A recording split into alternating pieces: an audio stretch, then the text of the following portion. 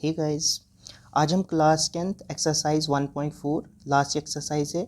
इस एक्सरसाइज को करने से पहले आपकी बुक में एक थ्योरम दी है, थ्योरम 1.7। आपने इस थ्योरम को अच्छे से पढ़ना है, फिर आप इस क्वेश्चन को इजीली से, इस पूरी एक्सरसाइज को इजीली से कर सकते हैं। ठीक है, इसमें देखो क्या दिया है कि let x is equal to p upon q. अगर x कोई भी टर्म p अपान क्यू की फॉर्म में है, बी ए रैशनल नंबर, ये रैशनल नंबर है, such that the prime factor of q is not of the form 2 raise power n 5 raise power m। इसको अब तब हम रैशनल नंबर कहेंगे अगर जो q होगा, जो डिनोमिनेटर इसका होगा, अगर ये 2 और 5 के फैक्टर्स की फॉर्म में ना हो। अगर इनकी फॉर्म में ना हो तब where the n and m are non negative integer, मतलब ये प्लस में होनी चाहिए, पावर जो होनी चाहिए प्लस में होनी चाहिए, माइनस में नहीं होनी चाहिए। Then x have a decimal expansion which is non terminating repeating. अगर इनकी फॉर्म में 2 और 5 के फैक्टर्स के फॉर्म में ना हो तो ये कैसा होगा, नॉन टर्मिनेटिंग और रिपीटिंग होगा। अगर 2 और 5 की फॉर्म में, लेकिन किसके फैक्टर आपने करने, आपने क्यू के फैक्टर करने, जो डिनोमिनेटर है उसके फैक्टर करने।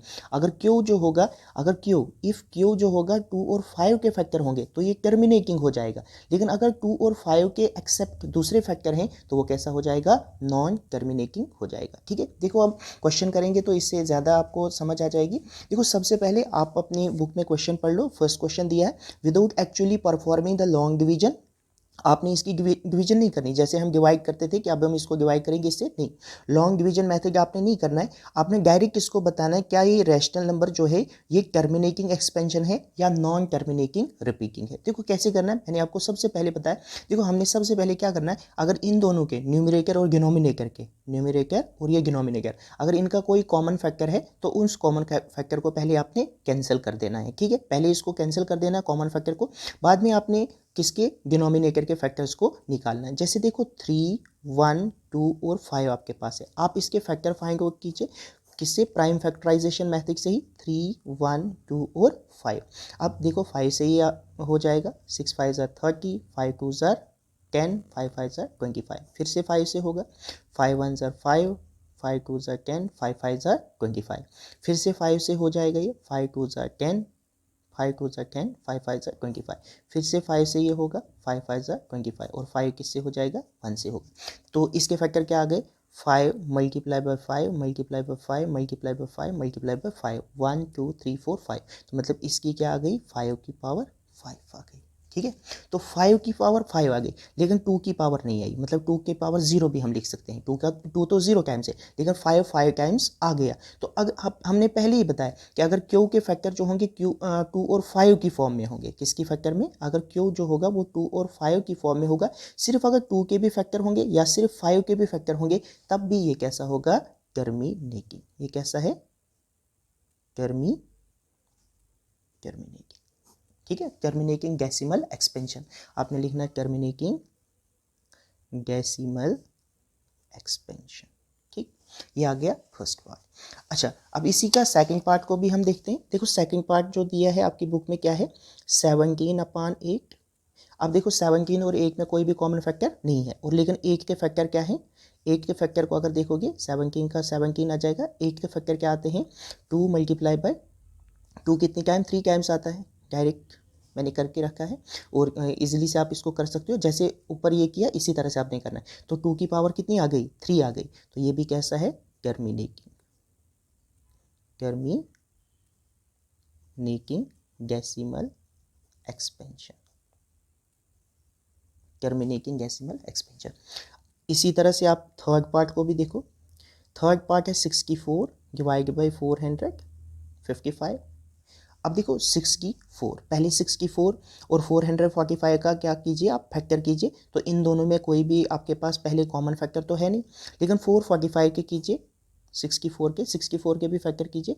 2 की पावर कितनी आ जाएगी, 6 की 4 के फैक्टर कीजिए। 2 से जाएगा 32, फिर से 2 से 16, फिर से 2 से 8, फिर से 2 से 4, फिर से 2 से 2, और 2 से 1 2 3 4 5 और 6, 2 की पावर 6।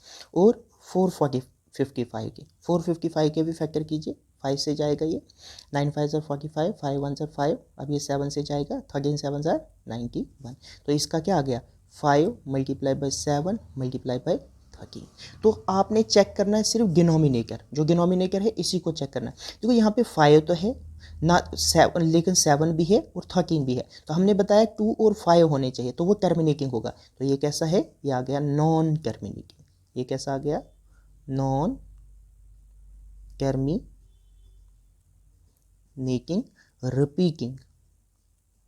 Repeating decimal expansion. ठीक है, तो आपने इस तरह से इनको करना है। उसके बाद फोर्थ पार्ट करते हैं। फोर्थ है, देखो फोर्थ आपके पास दिया है 15 डिवाइडेड बाई 1600। तो 15 के फैक्टर क्या बनेंगे, 15 आ जाएगा 3 मल्टीप्लाई बाई 5। देखो इसके फैक्टर आते हैं 2 की पावर 6 और 5 की पावर 2। 5 2 टाइम्स है। देखो 1 टाइम और 1 टाइम क्या हो गया, ये कैंसिल हो गया। अब बाकी तो कैंसिल नहीं होगा, ये ऊपर 3 बचा, नीचे कितना आ गया 2 की पावर 6 और 5। देखो 2 और 5 आ गया, तो कैसा बना ये भी टर्मिनेटिंग है। कैसा है ये, टर्मिनेटिंग। ये भी आ गया टर्मिनेटिंग डेसिमल एक्सपेंशन, आपने इसको लिखना है। इसके बाद फिफ्थ है, देखो फिफ्थ तो पहले ही गिवन दिया है 23 डिवाइडेड बाई 2 की पावर 3 और 5 का स्क्वायर। अब 2 की पावर 3 और 5 का स्क्वायर दिया हुआ है, तो ये भी कैसा, ये तो पहले ही इसके फैक्टर निकाल के दिए हैं, ये भी कैसा आ जाएगा, टर्मिनेटिंग आ जाएगा। फिफ्थ भी कैसा आ गया, टर्मिनेटिंग आ गया। नेक्स्ट आगे मूव करते हैं। अब 6 पार्ट कीजिए। देखो 6 पार्ट दिया 129 डिवाइड्स बाय 2 की पावर 5, 5 की पावर 7 और 7 की पावर 5।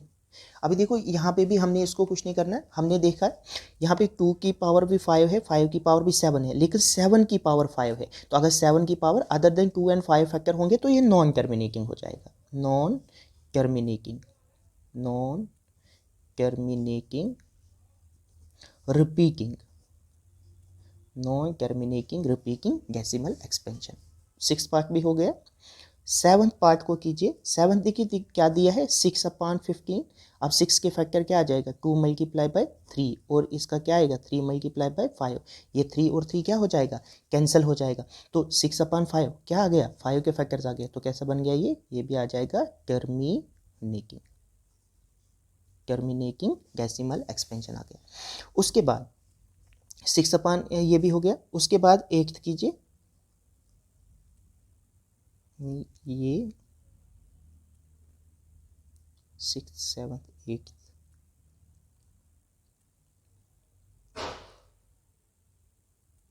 सॉरी, एक पार्ट हमने छोड़ दिया, 5th पार्ट को स्किप किया है। 5th पार्ट है 29/343। ठीक है, एक पार्ट स्किप किया। अब देखिए 29 और इसको आपने करना है 29 के, और इनमें कॉमन फैक्टर तो कोई नहीं है, तो 29 डिवाइडेड बाई ये आ जाता है 7 का क्यूब, ये आ गया 7 का क्यूब। तो 7 का क्यूब आ गया, 2 और 5 तो है नहीं, ये भी कैसा आ गया, नॉन टर्मिनेटिंग। एक बात आपको समझ आ गई, तो आप सारे क्वेश्चन खुद कर सकते हैं रिपीटिंग। ठीक है, ये भी हो गया। नेक्स्ट है आपके पास 9th 35 डिवाइड बाई 50, 35/50। देखो 35 के फैक्टर अगर आप करोगे तो किससे जाएगा, 5 मल्टीप्लाई बाई 7। 50 के फैक्टर कीजिए। 50 का जो फैक्टर आ जाएगा 2 मल्टीप्लाई बाई 5 मल्टीप्लाई बाई 5, 5 10 5 50, 5 और 5 क्या हो जाएगा, कैंसिल। ये आ गया 7, 2 और 5। देखो 2 आ गया और 5 आ गया, ये भी क्या आ गया, टर्मिनेटिंग। तो 2 और 5 के फैक्टर्स आने चाहिए, तो तब टर्मिनेटिंग बनेगा। And last one is 77 divided by 210। 77 divided by 210। देखो 77 का क्या आ जाएगा, 11 मल्टीप्लाई बाई 7। 210 के फैक्टर कीजिए, 210 के, तो 210 के फैक्टर करते हैं, 210 के 2 से जाएगा ये 10 अब किससे जाएगा ये, 5 और 1 6 है, 3 से जाएगा ये, 3 3 से 9, 5 3 से 15। अब तो ये 5 से जाएगा, 7 5 से 35। देखो क्या आ गया फैक्टर, 2 3 5 4 7। देखो 7 और 7 क्या हो गया, कैंसिल। देखो 2 भी है 5 भी है, लेकिन इसके अलावा क्या है, 3 है हमारे पास। अगर 3 आ गया तो क्या बनेगा, नॉन टर्मिनेटिंग। 3 जब आ गया तो क्या बना, नॉन टर्मिनेटिंग रिपीटिंग